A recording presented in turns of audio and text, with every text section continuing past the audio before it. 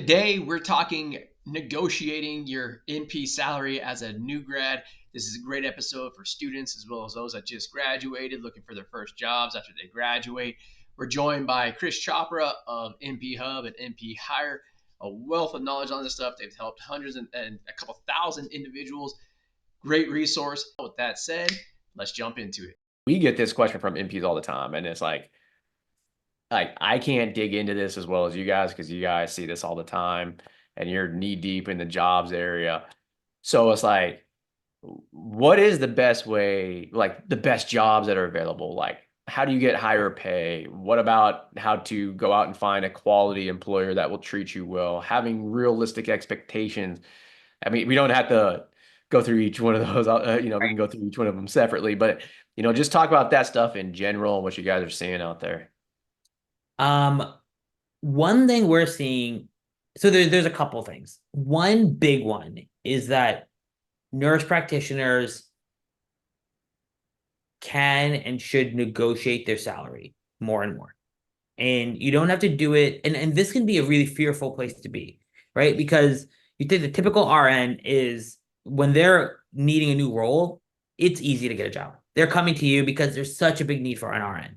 Now for NPs, it's a little bit different. And so there are markets that might be oversaturated, markets that it is now going to take you 3 months of proper interviewing to get even one offer. Whereas the RN, they might go through 2 interviews in a week and get a PRN offer right away. And so for an NP, if they're coming in, maybe your first time you're getting your first, going through your first negotiation, you're not comfortable. That's okay. But what I always like to do, or we always recommend, one of the popular tactics we see is when you start your employment, you ask them at the jump to schedule a 6-month review, see how things are coming along. And in those 6 months, if you've now ramped up, done a good job, you are seeing your patient load that you're expected to see, now is a great time to come in and say, hey, I looked on the open market and I know for this role, typically in California, or insert your market. And we have a ton of blog articles on nphire.com. You can Google it on NP Hub. You can Google it. And I'm sure there's resources online as well. And so if you see the average going rate in a market might be 135,000 for an NP with a few years of experience, and you're at 120, the conversation I like to have is not, I want to be at 135 right now. It's, this is where the market is going. This is what the typical is. This is where I am. Can you help me make a plan so I can get there in 6 months? And so when you come in as a consultant, as a nurse practitioner, because that's what you are no longer a junior level, junior on the totem pole, right? You are very much a key employee for an organization, especially if they're a practice of 5, 10, 15 people. You're generating real money. And so one of the biggest things we see great NPs have, the NPs that exceed 250,000 in income, 200,000, is that every 6 months to a year, they're having that conversation with employers. And then the second thing is, if you are seeing patients and you are at a organization that is under 100 providers, there's no reason you should not have RVUs attached to your comp structure. RVUs are essentially a way to measure your productivity. So a clinic or a employer can bonus you and provide you a bonus. And so that is absolutely a requirement. 100%. Now, at large organizations, like if you go to Stanford and you're applying for a job, maybe they probably have a set formula for how they compensate. And so you might not have the negotiation room there, but you should ask. Yep. And then, I mean, I like that last point you just brought up. You should ask. I can't tell you how many people that we talk to in Ps that have just taken a new job. Actually, just in general, anybody that's taken a new job, and we ask them something like, X, Y, Z, and they will turn around and tell us, I didn't ask. And they've already accepted the job. And it's yeah, like, you need to know these things. Like another, nail you hit on the head. I love this one about, because we preach this to students that we talk to all the time, is I call it efficiency. Ask your employer, I'm a new grad. I'm a new person in this company. I know that I'm not efficient. What do I need to do to get that efficiency? What does it mean? And once I get there, what does that mean to my salary? Like, how much more am I going to be able to make? Like, what does that mean? to your salary. Because like you said, I talk to people in healthcare all the time that have been in the same job for 3 or 4 years, and not only are they making money below market rate, they haven't gotten raises in 2 or 3 years. They're not getting Yeah, bonuses. It's like, like you should be knowing exactly what that entails and what that looks like beforehand. 100%. And one of the things I love to do, and again, I think often it's a very stressful place to be on the other side of an interview place, like on the other side of an interview, being evaluated. And so it's really nerve-wracking. And I want every nurse practitioner to know that if an employer offers you a job offer, it's because they want you there. The Yep. minute you have an offer, the leverage in that negotiation, quote unquote, has changed. And now you have it. And so what I love to do is like when I get or whenever a nurse practitioner they get an offer letter, right? Usually it's emailed.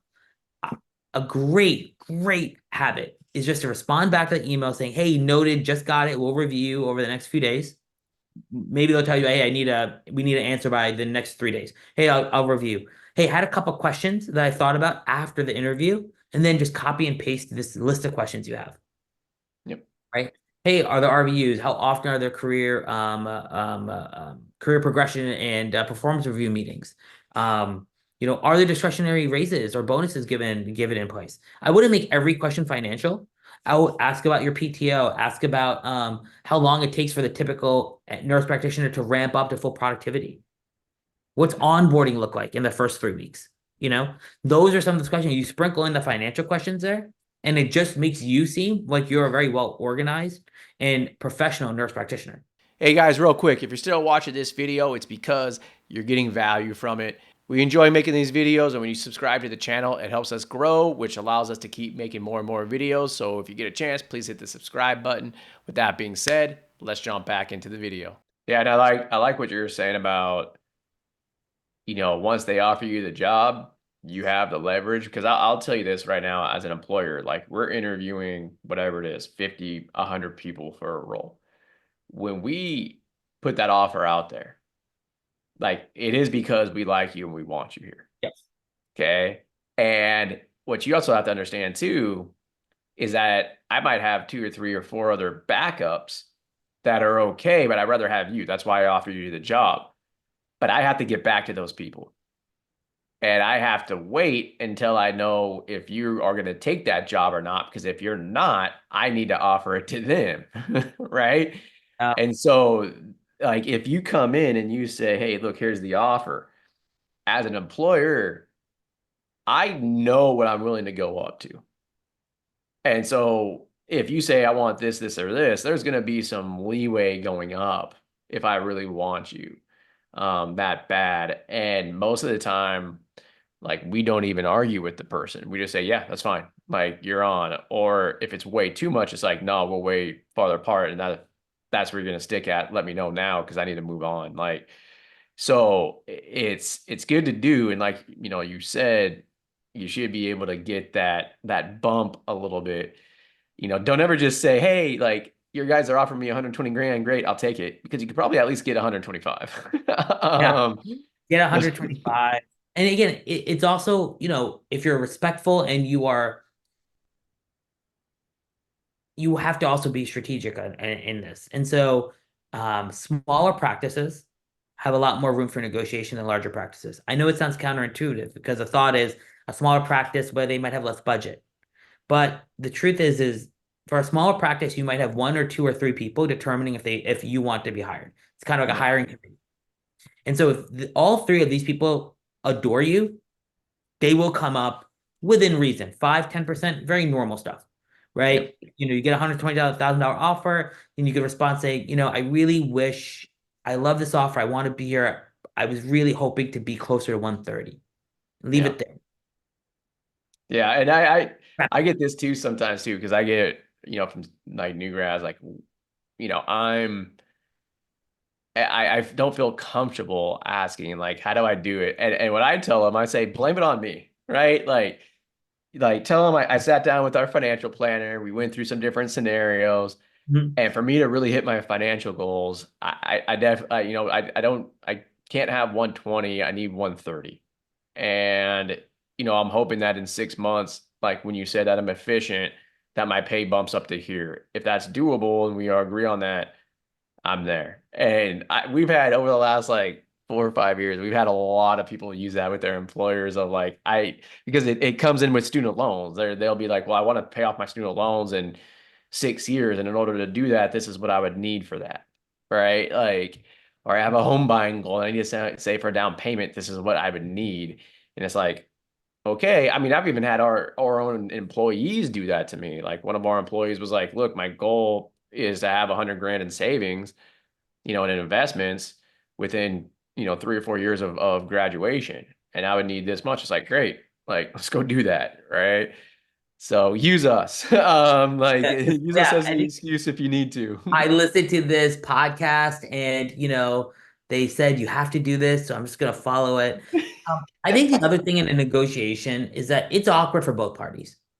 It Yeah. is not um, the person on the other side of the hiring table, whether it's, a recruiter, someone in HR or boss, CEO, founder, whatever they are. It's always awkward. And Yeah. so if you just point out, it's like, hey, like, I know this is going to come across as a little bit awkward, or hey, this is a little bit weird, pointing that out is okay as well. And so, one of the best things, in fact, I'll tell you the story. My executive assistant did this to me, and I was so proud of her for doing this amount of prep work in her negotiation because we sat down for a performance review, and she was doing a great job. She knew she did a great job. I knew she did a great job. It was easy. And so she did about 5 pages of legwork on, hey, what EAs are earning we're in Atlanta. So in Atlanta, with this years of experience, and she outlined her biggest wins. Say, oh, hey, like I did, hey, in the last 6 months, I did this, this, this, this. And so this is where I am right now. This is where what EAs are making. This is where I'd like to get to in the next year. Can you help me make the plan to do that? And so when she says, hey, I want to be here, but she says, oh, well, I don't want to be here right now. I want to be here within a year. Of course, I'm going to say yes. I'm like, oh, okay, it's a year. That's a problem for later, Krish. Great. Easy. Happily, I will commit to that right now. And so she's happy because she knows her next raise is coming in, what she's going to get, right? It's very clear. I know I can plan for it. It's budgeted in our pro forma and our budgets, whatever. And everyone was happy in that interaction. Yep. And so you can have these win-win scenarios because a lot of times the way negotiations go wrong is you say what you want and then you say, I want it right now. And the other person's like, what? I can't do it right. I have a budget. I like that's hard. But if you give them time to get there, then you're collaborating as a team.